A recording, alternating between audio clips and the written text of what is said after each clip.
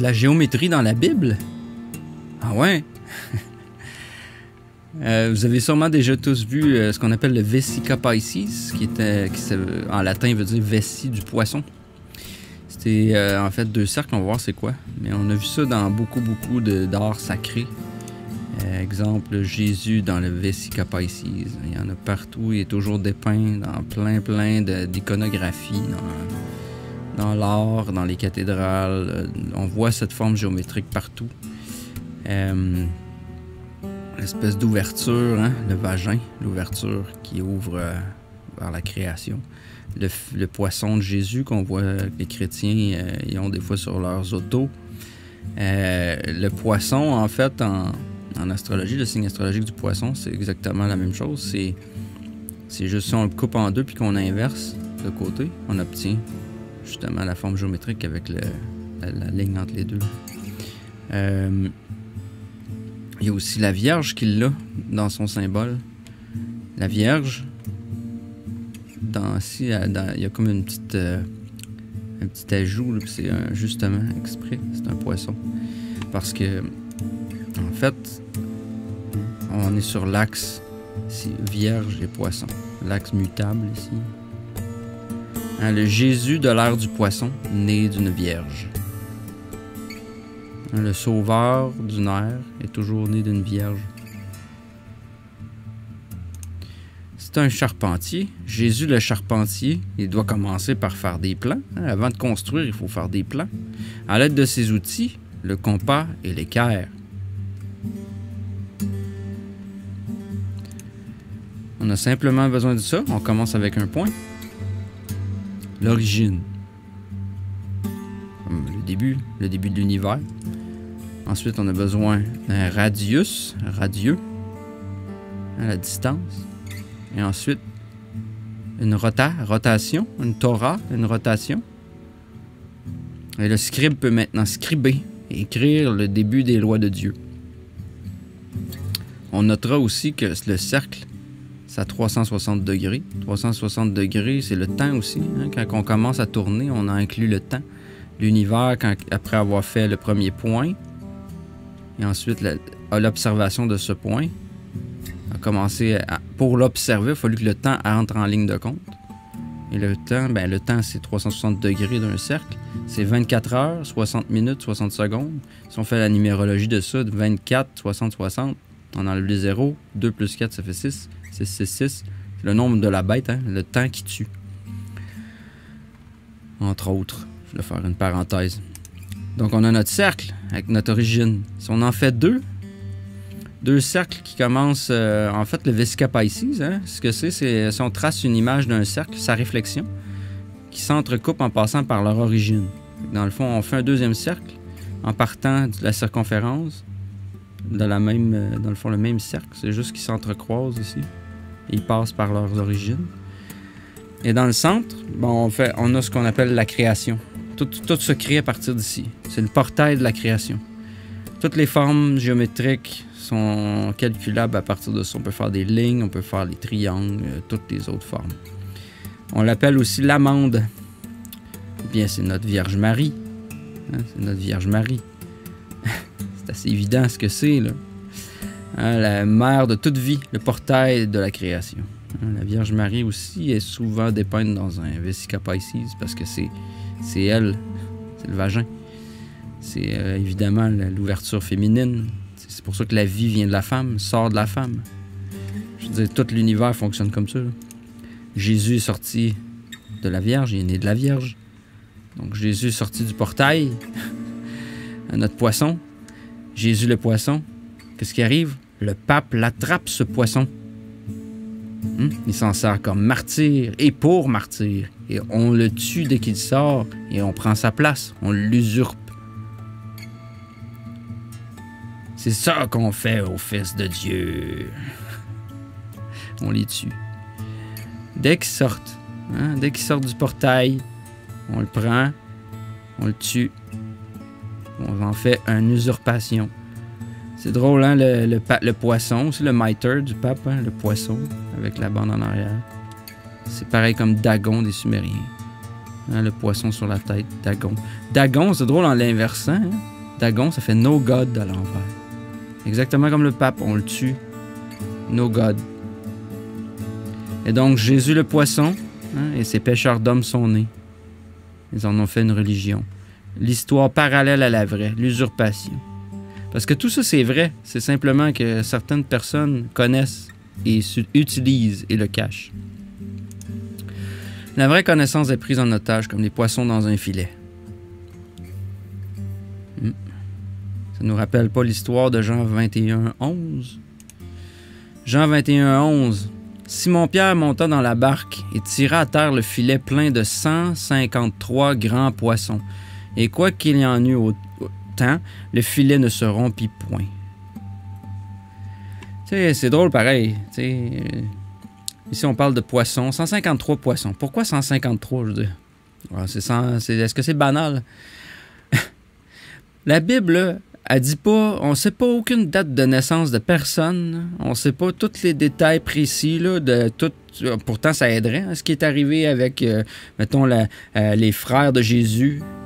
Sont nés quand? Sont allés où? C'est quoi les généalogies? Tu sais, la généalogie de Jésus a été faite tout le temps, a été suivi, puis là, tout d'un coup, Jésus apparaît, il n'y en a plus. Il n'y a plus rien qui se tient, on n'a plus de registre de sa famille, qu'est-ce qu'ils sont devenus. Mais pourtant, on marque des détails comme le nombre de poissons que Pierre a pris dans ses filets. 153 pour être exact. Non, mais... On revient à notre Vesica. On va apprendre c'est quoi un peu le Vesica Piscis, les caractéristiques, ça va nous aider à comprendre où est-ce qu'on s'en va avec ça. Si cette longueur est 265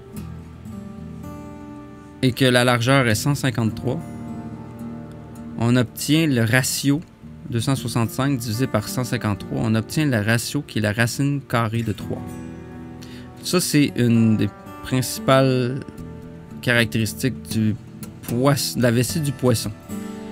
C'est pour ça qu'il attrape 153 poissons. Il y a une référence à cette chose. On va voir plus loin, on va apprendre dans Matthieu. C'est quoi qui se passe dans Matthieu? Le Matthieu, hein?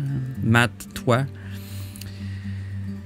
Les Matthieu, c'est les mathématiques de toi. Mais donc, pour revenir, c'est ça notre ratio.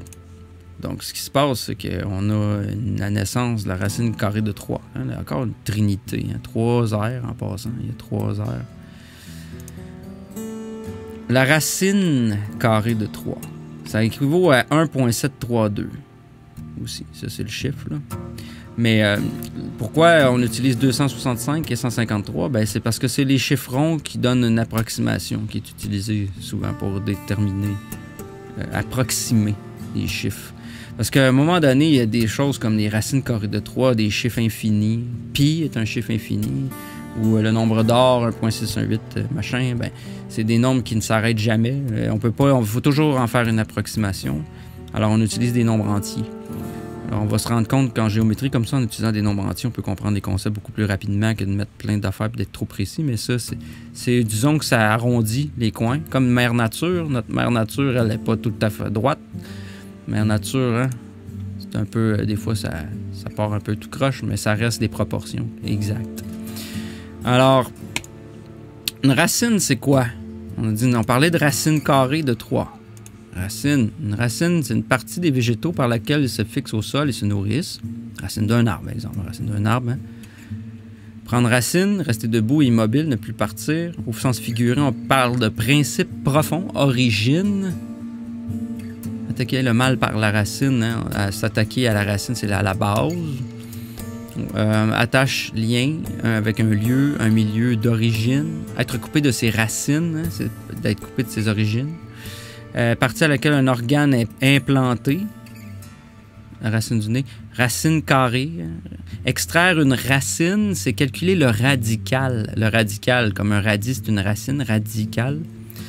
Et puis, ça nous rappelle la généalogie. Hein? La racine, les racines généalogiques, les branches, les arbres, les racines. On parle de racines, on parle de nos origines. C'est de la généalogie. Donc, tout ça, on pourrait dire, c'est des synonymes. Ça nous fait penser à l'expression racine de Jessé dans la Bible, qui est devenue par les chrétiens. Ici, on dit Jessé dans le christianisme, les prophéties d'Ésaïe ayant été comprises par les chrétiens comme s'appliquant à Jésus de Nazareth. L'expression racine de Jessé est devenue un surnom de Marie de Nazareth. Et l'arbre de Jessé est une métaphore du lignage terrestre de Jésus, ainsi qu'Ésaïe. Fait qu'on a racine ici, on parle de généalogie, de ligne. Donc, racine carrée, généalogie, en passant, l'expression racine de Jessé est devenue souvent Marie, ben oui, la Vierge, Marie. 153 poissons qu'il a pris dans son filet, 153 poissons. Avant de continuer, c'est super important de comprendre aussi une science qui s'appelle la guématrie dans la Bible, ou gematria en anglais. C'est un procédé fréquent dans la Bible, et chez les pères de l'Église, qui consiste à relier un nombre à un mot, dont on additionne les valeurs numériques et symboliques de chaque lettre. Il y en a pour le grec, par exemple. Si on met l'alphabet grec, ont toutes des valeurs numériques équivalentes. Alpha 1, bêta 2, gamma 3, et ainsi de suite. Ensuite, on a en arabe aussi, en indien, en hébreu, aleph, bet, gimel, dalet, he, ainsi de suite. Tout 1, 2, 3, 4, 5, jusqu'à 22. En fait, jusqu'à 10. Ensuite, c'est 20, 30, 40, 50. Quand on utilise la langue hébreu, on utilise cette espèce de décodeur, si on veut, pour les chiffres. Sur le grec, l'arabe, dans toutes les langues. En anglais, on aime bien l'utiliser. Celui-ci fonctionne extrêmement bien. Et on va voir pourquoi, là, mais dans le fond, on a l'alphabet A, B, C jusqu'à Z. On a 1 à 7. Dans le fond, c'est A, B, 1, 2, 3, 4, 5, 6, 7. Rendu à G, on revient à l'envers. 6, 5, 4, 3, 2, 1 jusqu'à M. Donc, la première moitié du décodeur est comme un miroir. Et puis, on a un miroir du côté... dans le fond du deuxième côté. Hein. C'est comme le haut et le bas, le ciel et la terre, il y a toujours deux côtés. La deuxième moitié de l'alphabet, le côté négatif, qui commence par N, celui du bas. 1, 2, 3, 4, 5, 6, 7, 6, 5, 4, 3, 2, 1 jusqu'à Z. Ce qui fait qu'avec ça, on peut entrer des noms, des mots, des versets, puis calculer une valeur numérique, puis comprendre s'il y a des choses cachées. Comme Jésus-Christ, parce qu'il y a des concepts avec ça. Jésus-Christ, on voit ici, c'est un exemple de comment on fonctionne quand on fait de la guématrie. On peut le rentrer dans un decipher qui le calcule pour nous. Jésus-Christ. Jésus, bon, 4, 5, 6, 6, 6. En passant, il y a 6, 6, 6 dans Jésus. Ouf, ça fait mal. Christ. Jésus, si on additionne ses lettres ou ses valeurs numériques, on obtient 27. Christ, on obtient 32. 27 plus 32. Jésus-Christ, au total, donne 59. On pourrait faire aussi ce qu'on appelle de la réduction. Quand on réduit, on utilise le 5 plus le 9, exemple, ce qui donne 14. Puis 14, ben, c'est un 1 puis un 4. On peut le réduire jusqu'à 5. Fait que sa plus petite réduction, c'est 5. Comme le pentagramme, d'ailleurs. Un 4, ben, en fait, tu sais, juste comme ça, un petit truc, des fois, là, qui va bien pour la réduction, c'est qu'on peut enlever les 9. Parce qu'en fait, quand si on additionne, le 9 s'enlève toujours. Parce que ça va donner, exemple, je l'ai fait ici. 5 plus 9, ça donne 14. Puis 1 plus 4 va toujours donner 5. Fait que finalement, si tu avais enlevé le 9, ça revient à la même chose. 0 et 9. 9, c'est le nouveau 0. C'est comme c'est ce qui fait tasser la virgule, le 9. On pourrait dire que c'est le sexidécimal. Je me souviens plus. Sexy, c'est peut-être sexiste, là, mais le sexigésimal, le système, je sais pas c'est quoi en français, mais c'est base 60. Parce que c'est de 0 à 59, base 60. Fait que c'est ce qui représente le Christ ici. Base 60, en passant, c'est le temps, 60 secondes, 60 minutes. J'aimerais remercier, avant de continuer aussi, Marty Leeds de gnosticacademy.org pour ses excellentes présentations sur lesquelles j'ai basé cette recherche beaucoup. Il fait d'excellents points, il est excellent en mathématiques, en guématrie. Vraiment une référence, là. Les propriétés, on revient à notre Vesica Piscis. On a parlé que 153, 265, mais 153, c'est quoi les caractéristiques de ce nombre? C'est un nombre triangulaire, c'est le 17e nombre triangulaire. On va apprendre aussi c'est quoi un nombre triangulaire. Un nombre triangulaire, c'est en arithmétique, un nombre triangulaire est un cas particulier de nombre polygonal. Il correspond à un entier naturel non nul, égal au nombre de pastilles dans un triangle construit à la manière des deux figures de droite. Donc, si on regarde ici, 1, évidemment. 3, on peut faire une pyramide. On fait toujours un triangle, dans le fond, avec des nombres entiers. 6, 10, ainsi de suite. Donc, 153, c'est le 17e nombre triangulaire. Donc, ça prend une pile de 153 poissons pour faire une pile 17 rangées. Par 17 rangées, 17 partout. 1, 2, 3, 4. Ça va créer une pyramide équilatérale. Donc, un triangle équilatéral, comme peut être créé par ce Vesica Piscis aussi. Par 17, 17, 17 donne 153. C'est un exemple.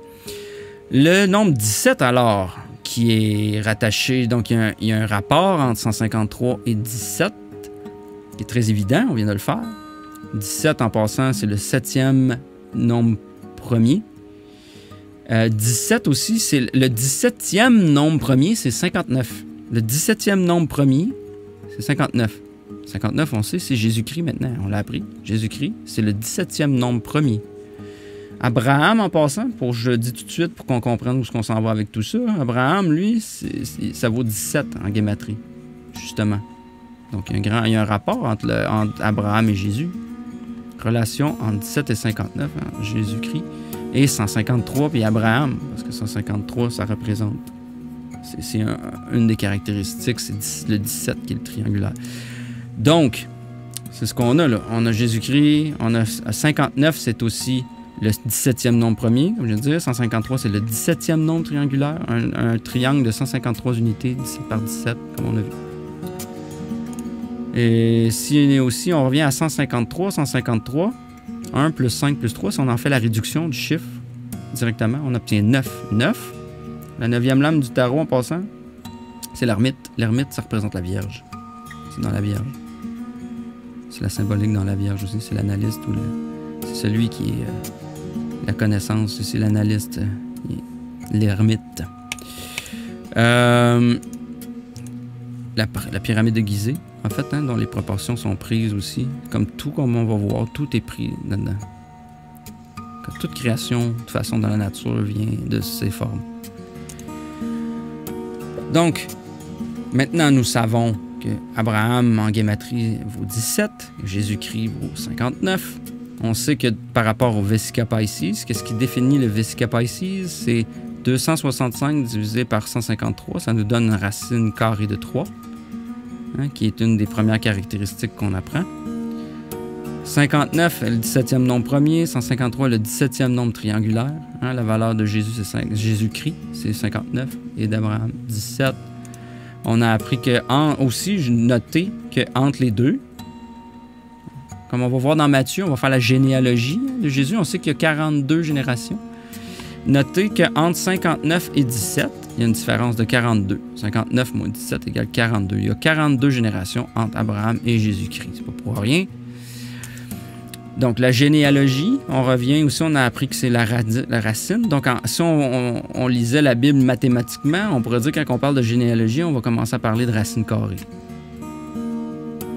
Racine, race, origine, génération. Extraire une racine, calculer le radical. Racine, arbre, généalogie. Donc, c'est la symbolique là, qu'on peut utiliser pour comprendre qu'on parle de trouver un radical, hein, une racine carrée. Donc, maintenant, commençons la lecture de Matthieu. Matthieu. Hein, ça le dit. Matthieu. C'est un jeu de mots, mais c'est tout à fait vrai. Le monde est un grand jeu de mots. J'aimerais juste pointer votre attention sur la King James Version. Pourquoi que j'utilise ça? On va aller en anglais, on n'aura pas le choix. Okay? Parce que c'est une traduction qui a été faite pour tenir compte de ça, cet occultisme-là. Par exemple, si un traducteur, une traduction de la Bible qui font n'importe quoi, ben, ça ne préservera jamais ce genre de détails. Donc, oui, il y aurait les textes originaux, puis il faudrait utiliser le grec, mais traduit en anglais, la KJV a utilisé ce décodeur pour être capable d'utiliser les bons mots aussi ou faire en sorte que ça arrive ou que ça marche. Alors, la King James, pour ça que je l'utilise, c'est essentiel. Mais, tu sais, ça dépend à quel niveau tu veux lire la Bible. Là. Je veux dire, oui, on peut lire le texte pour l'histoire. Donc oui, n'importe quelle Bible peut faire, c'est une traduction, mais il y a tellement d'autres choses qu'on perd dans la traduction, hein, comme on dit en anglais, lost in translation. Oui, tout est perdu en traduction. Toute la structure, la base, le squelette qui est en dessous, sous-jacent, se perd en traduction parce qu'on utilise une surface. La traduction, c'est juste une surface. Ça enlève toute la base, toute la racine, en fait. Donc, maintenant, lisons le Gospel according to Matthew. Gospel, en passant, juste une note vite, là, parce qu'on passe dessus, puis c'était écrit dans ma Bible en passant. Gospel, anglo-saxon, Godspell. Godspell, oui. Un narratif de Dieu. Mais oui, parce que Godspell, hein, en anglais, spell, ça veut dire épeler, mais ça peut dire aussi lancer un sort. Spell, hein, le sort de Dieu, ou l'enchantement de Dieu, ou la parole de Dieu. Godspell.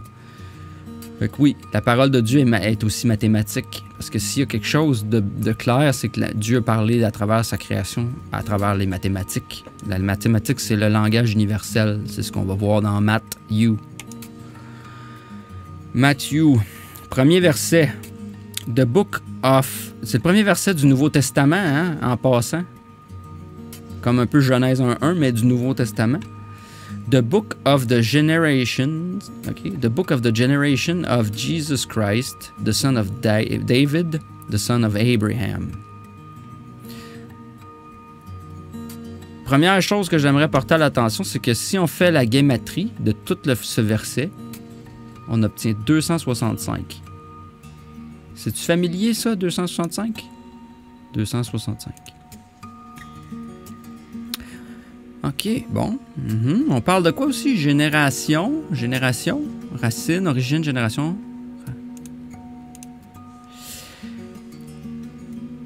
Donc, le premier verset du Nouveau Testament, hein, Jésus est la racine de Jessé.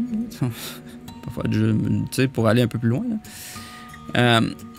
Racine carrée, hein, on peut dire de 3 personnes. On va le lire. The Book of the Generation of Jesus Christ, son of David, son of Abraham. Ici, là, si on pense en métaphore mathématique, là, hein, le livre des racines carrées de Jésus, David, Abraham, de 3 personnes. Racine carrée de 3. Ah ben, racine carrée de 3. Donc ici, en passant, le Matthieu 1.1 a 16 mots.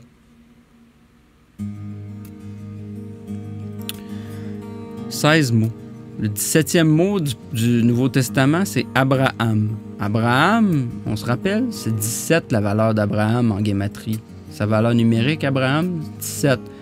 Non seulement sa valeur est 17, c'est le 17e mot du Nouveau Testament. C'est comme... On va aller un peu plus loin tantôt là-dessus. Là. C'est juste pour comme appuyer les points. Là. Donc ici, on parle de généalogie, de racines carrées de Jésus-Christ, David, Abraham. 3 personnes. Racine carrée de 3. Un verset, 16 mots. Hein, le charpentier sait faire des maths, lui. Matthieu 2. Excusez.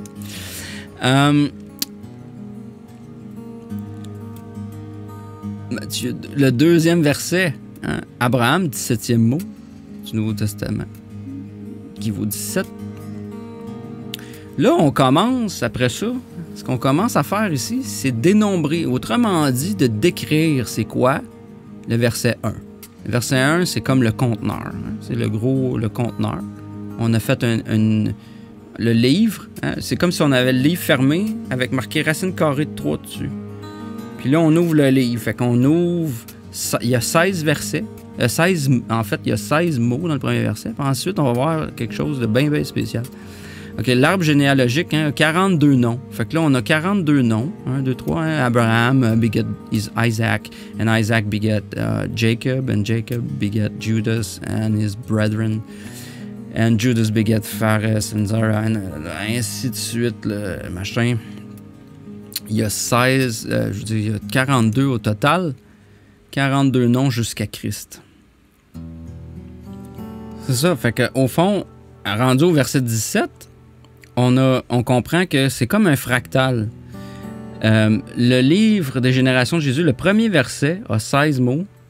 Après ça, le 17e mot, verset 2, le 17e mot, Abraham, qui vaut 17, déroule. Hein? On a 16 versets qui développent après ça là, le contenu présenté dans les 16 mots du verset 1. On comprend? On avait 16 mots au verset 1. Puis là, on va prendre 16 versets pour comme développer ou expliquer ce que ces 16 mots, ce livre de 16 mots veut dire. C'est comme si on ouvrait le verset 1, puis des 16 mots, puis on en faisait 16 versets comme un fractal. Hein? Un mot pour un verset. On arrive au verset 17, puis on explique que d'Abraham, qui vaut 17, on a 14, on a 3 14. On va voir plus loin. Hein? Fait qu'on a le 17e mot Abraham, on a 16 mots à partir d'Abraham au verset 2. On développe la généalogie du verset 1 en 16 versets, hein, du verset 2 à 17.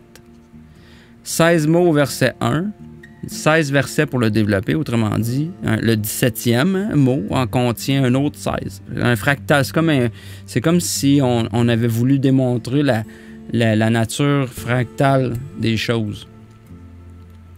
Puis en passant, ben, quand on fait la triangulation du 17, hein, si on fait 1 plus 2 plus 3 plus 4 plus 5 plus 6 plus 7 plus 8 plus 16 plus 17, on obtient 153. Fait qu'on obtient notre premier verset valait 265 en gématrie et les 17 autres versets nous pointent 153. D'accord? Verset 17 aussi contient quelque chose de plus. Il nous montre, dans le fond, en fractal, qu'est-ce qui se passe. 17e verset. So all the generations from Abraham to David are 14 generations. David, Babylone, à Babylone 14, de Babylone à Christ 14. On a 3, 14. 3, 14. 3, 14. 3.14, c'est pi.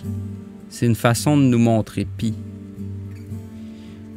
On a 3, 14. Puis 14 fois 3, ça donne 42. 42 générations. Fait qu'on sait qu'il y a 42 générations d'Abraham à Jésus-Christ. On peut le calculer aussi par les 42 noms. Hein? Les 42 noms, 1, 2, 3, jusqu'à là, il y a 42 noms.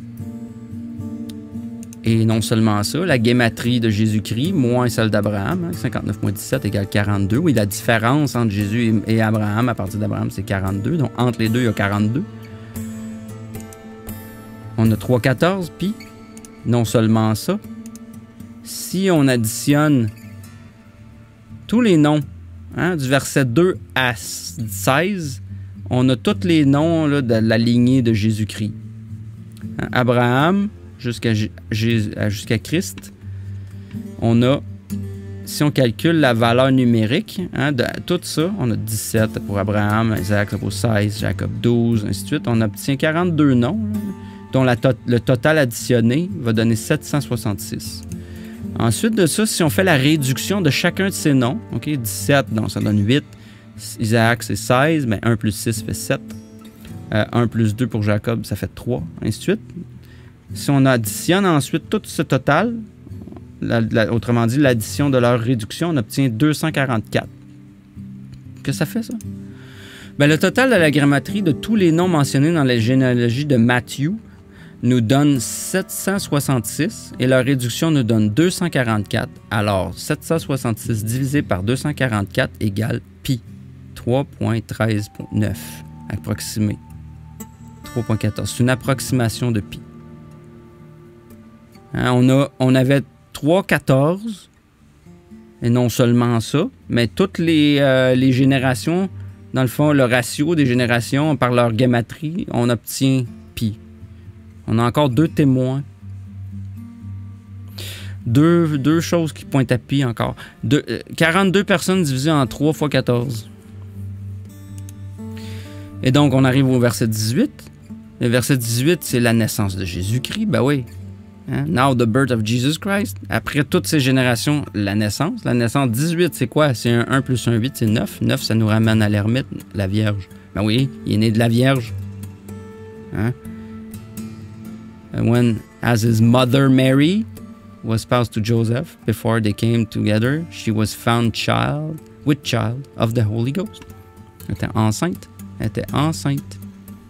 Elle était enceinte de la Vierge. La Vierge est enceinte. Donc, en résumé, qu'est-ce qu'on a? On a le verset 1 qui encode 265, la description de la racine généalogique à partir d'Abraham, qui vaut 17. Hein, résumé en 17 versets, qui additionnés ensemble par tribulation nous donne 153. Donc, on a le Vesica Piscis, hein, les proportions, qui pointent vers la racine carrée de 3 personnes, Jésus-Christ, David, Abraham, la racine, hein, la généalogie, génération, du verset 1. Dont 42 noms de 3 groupes de 14, 3-14, qui nous donnent 766, et leur réduction donne 244, et 766 divisé par 244 égale pi encore. 42, qu'est-ce qu'on peut dire de 42? 42, hein, l'addition de nos 3-14, là, du verset 18, la naissance de Jésus-Christ. Bien, 42, c'est 13 plus 14 plus 15. Ce qui est drôle avec ça, c'est que dans cette séquence, ça encode pi aussi. On peut additionner 13 plus 14 plus 15, ces 3 chiffres-là. Il y a la suite 3, 14, 15, encore pi qui est là, si on enlève le 1. Fait que dans le fond, Jésus, c'est comme la naissance de la lumière du monde. On se rappelle, Jésus, c'est le soleil. Hein? Fait que Jésus, pourquoi 42? C'est quoi 42 aussi? 42, c'est l'angle qu'on peut observer l'apparition d'un arc-en-ciel. 42 degrés entre la lumière blanche et sa décomposition. On décompose la lumière à 42 degrés. La lumière du soleil à 42 degrés. Le cercle, l'origine, la circonférence, pi, soleil. Jean 8, 12. Jésus leur parla de nouveau. Il dit « Je suis la lumière du monde. Celui qui me suit ne marchera pas dans les ténèbres, mais aura au contraire la lumière de la vie. Je suis la lumière du monde. » Bien évidemment que Jésus est la lumière du monde. C'est le soleil. C'est la lumière du monde. Ça nous fait penser, en passant ça, le rainbow. Hein? Ça nous fait penser à Genèse 9, 13. « J'ai placé mon arc parmi les nuages. Il servira de signe de l'alliance conclue entre moi et la terre. » C'est quoi ça? L'arc-en-ciel, on se rappelle après le déluge de Noé, l'arc-en-ciel, c'était l'alliance comme quoi Dieu n'allait plus détruire les hommes, tout ça. C'était une alliance conclue entre moi, entre le ciel et la terre.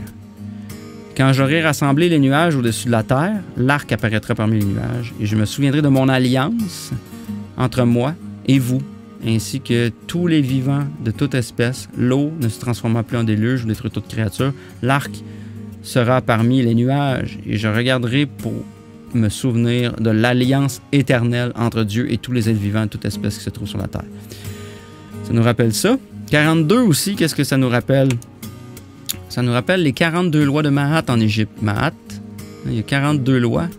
Maat, c'est quoi? C'est la fille de Ra. C'est une déesse majeure égyptienne parce qu'elle est la déesse de l'équilibre. Un équilibre, hein? Une alliance, un équilibre.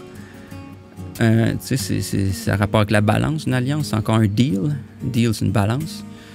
On pèse pour le compte. Et donc, le monde entier reste organisé grâce à elle. Aussi, elle est présente à l'origine du monde et veille à son équilibre, que ce soit sur la terre ou bien dans le ciel. C'est une alliance. Elle représente l'alliance entre le ciel et la terre. Comme Jésus, la nouvelle alliance. Comme le rainbow. Maat, dans la mythologie égyptienne, la déesse de l'harmonie cosmique, hein, l'alliance, une harmonie, de la rectitude ou conduite morale, de l'ordre, de l'équilibre du monde, de l'équité, de la paix, de la vérité, de la justice. Elle personnifie l'ensemble de ces concepts et à ce titre, elle est la régulatrice de la course des astres, des saisons, ainsi que des actions des mortels et des dieux qui ont fait surgir le désordre du chaos au moment de leur création, de la création. Fait qu'on voit ici, c'est la fille du dieu Ra. Hein, les astres, les saisons, encore, tout est cosmique, de toute façon. Là. Si on continue notre lecture, fait qu'on voit là, à tout ce que ça nous rappelle, hein, tout ce qui est encodé là, en symbolique. Là. mathématiques et géométriques et mythologiques, et tout le kit. Verset 18, on disait tantôt, hein, c'était la naissance de Jésus-Christ, machin, 19, bon. Au verset 20, on dit But while he thought on these things, Joseph, ça, behold, the angel of the Lord appeared unto him in a dream, saying, Joseph, fils de David, n'a pas peur. Prends pour toi Marie comme femme, parce que, dans le fond, c'est elle va concevoir à partir de l'Esprit Saint. Fait que, un ange, en passant, en angel, c'est carrément un jeu de mots pour angle. Quand on voit angel, on parle d'angle. Angle de lumière. On a vu que 42, c'était un angle de lumière. Hein? Angle de lumière du soleil.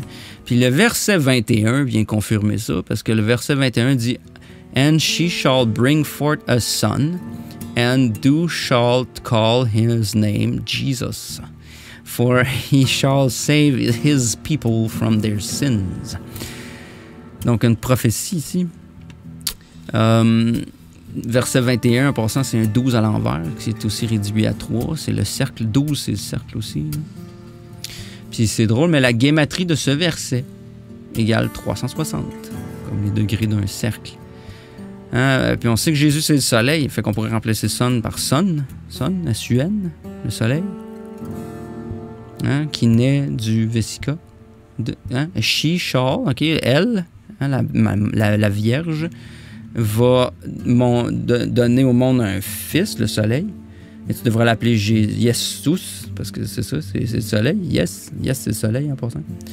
He shall save his people from their sin. Fait qu'on a encore une allusion aussi au degré d'un cercle, 360, la monade, le point d'origine, le cercle, le soleil, les degrés intérieurs du cercle, 360, puis du carré aussi. 360, c'est les degrés intérieurs d'un cercle et d'un carré. Le cercle, dans la Bible, représente toujours le ciel et le carré, la terre. Hein? On dit les 4 coins de la terre, hein? La voûte du ciel, le cercle. Fait que de la Vierge est née l'alliance qui unit ciel et terre. Comme Mahat. Hein? L'origine de la terre, hein? C'est l'alliance entre ciel et terre. L'origine, l'équilibre entre le ciel et la terre. Hein? C'est ça qui ça dit, là, mathématiquement. Là. Ça dit la même chose. Tout ça en mathématiques, ça dit ça. C'est fou, pareil, quand on y pense. Matthew. C'est fort, Matthew. Matthew, il savait ses maths puis sa géométrie. Ensuite, on arrive au verset 23. Behold, a virgin shall be with child, and shall bring forth a son, and they shall call his name Emmanuel, which being interpreted is God with us. Dieu avec nous, Dieu en nous. Une vierge, c'est assez clair, je pense. Une vierge devrait donner au monde un fils, un soleil. Et son nom, c'est Emmanuel. Emmanuel, je dis, Dieu avec nous. Ils disent dans le mot, là, ils disent, ça veut dire God avec nous. Emmanuel. Si tu prends les lettres, là, un homme, toi, Dieu. Elle, en hébreu, elle, c'est Dieu. Man, c'est homme. You, c'est toi. Toi, hein? Homme, toi, Dieu. Emmanuel, en passant, ça vaut 22, sa guématrie. C'est ton double, ton fractal. Le fractal du Christ, le 22. Emmanuel, c'est 22. Phonétique, Emmanuel God. Emmanuel. Homme, toi, Dieu. Un homme, toi, Dieu. Puis en passant, le E, en égyptien, en hiéroglyphe égyptien, qui est devenu le E, c'est le He en hébreu puis en phénicien. C'est devenu Epsilon puis E, même en français et en anglais. I, man, hein, un homme. Ou E, c'est en fait une figure d'un homme qui prie Dieu, qui semble praying ou caler, qui a l'air de monter vers le ciel. Hein, de pointer vers le ciel. L'homme, toi, Dieu. Cette prophétie est à propos de toi.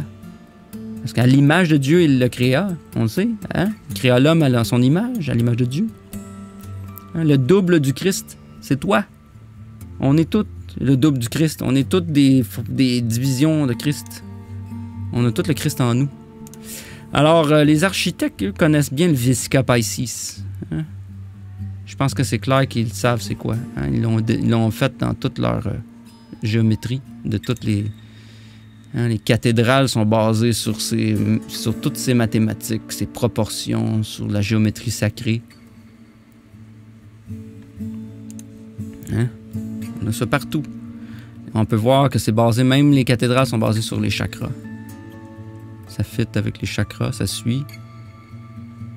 À l'intérieur, à l'extérieur. La Bible est écrite par des architectes. C'est un jeu de mots, mais qu'il n'y en ait pas vraiment un. C'est des architectes, mais qui écrivent un texte de la même façon qu'ils bâtissent une église ou une cathédrale. Des architectes. La Bible est un édifice basé sur des plans.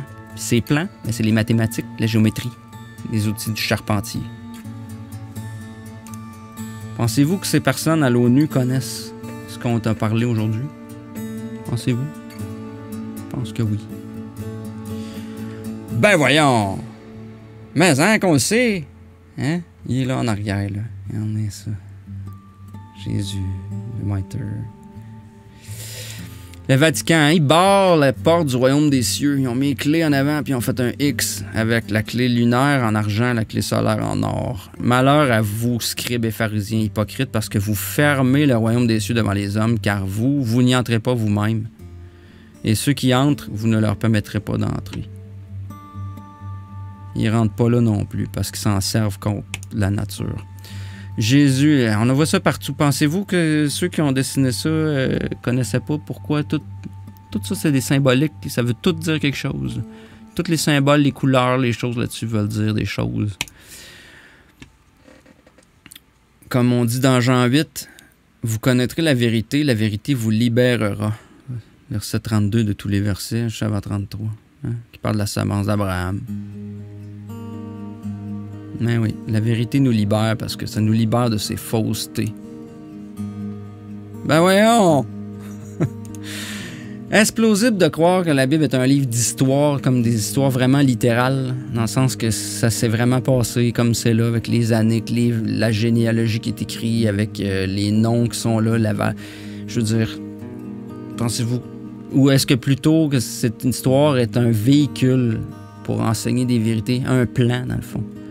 Un plan géométrique sur lequel on a basé une histoire pour comme encoder des vérités beaucoup plus profondes.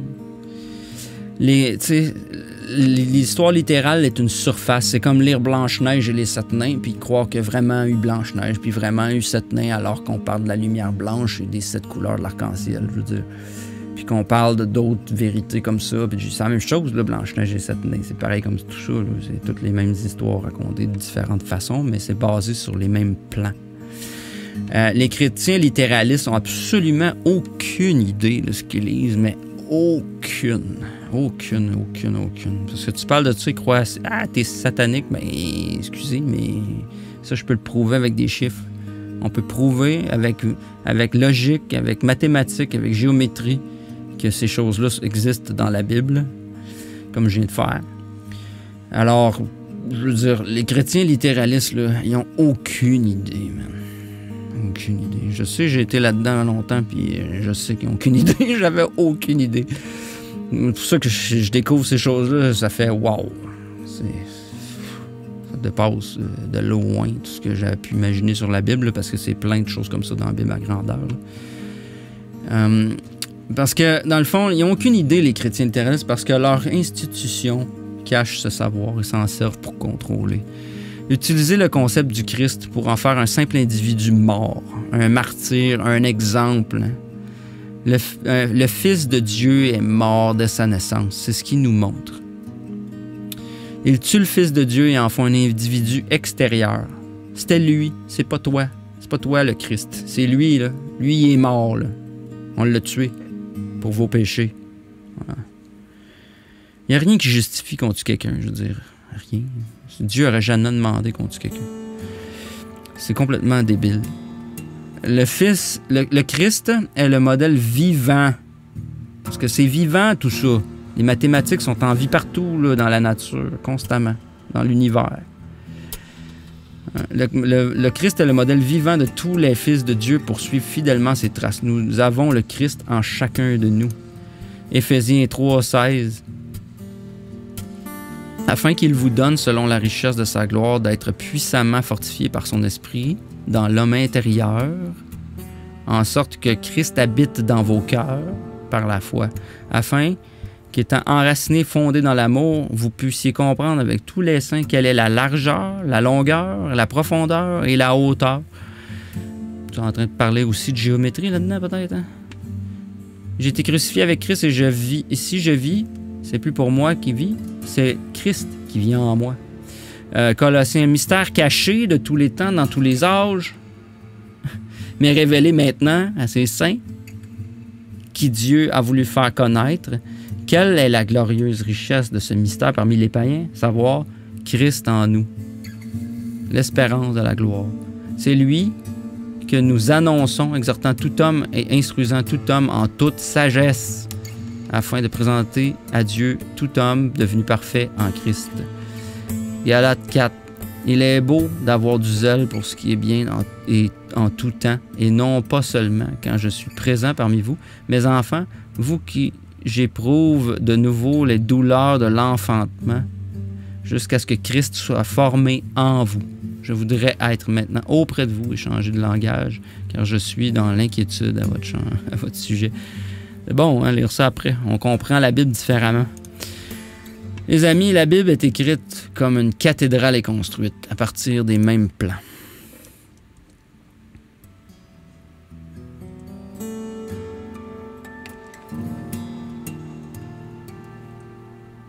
Le corps humain. Dans la géométrie de la Kabbale, l'arbre de vie, des 10 séphirotes, le cube de Métatron, les chakras ajoutés,